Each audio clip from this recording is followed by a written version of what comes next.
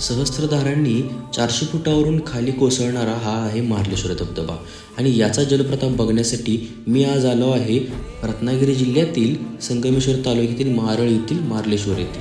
कोकणाचं सौंदर्य आणि सह्याद्रीचं रौद्र रूप बघायचं असेल तर कोकणातील हे ठिकाण तुम्ही अजिबात मिस करू नका. मार्लेश्वर हे कोकणातील शिवशंकराचे सगळ्यात जागृत देवस्थान आहे.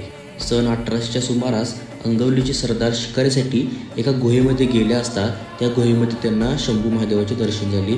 आज तीच गुहा मार्लेश्वर मंदिर या नावाने प्रसिद्ध आहे. या गुहेपर्यंत पोहोचण्यासाठी आपल्याला बेस पार्किंगपासून 400 पायऱ्या चढत वरती यावे लागते व याच मंदिराच्या खालच्या साईडला आहे हा धारेश्वर धबधबा उर्फ मार्लेश्वर धबधबा.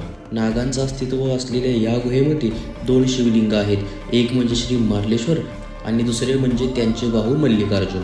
निसर्गाची सुंदरता व सह्याद्रीचं रौद्र रूप अनुभवायचं असेल व त्याचबरोबर शंभू महादेवाचा आशीर्वाद घ्यायचा असेल तर मार्लेश्वरला नक्की या. आणि जर हा व्हिडिओ आवडला असेल तर कमेंट सेक्शनमध्ये हर हर महादेव लिहायला विसरू नका.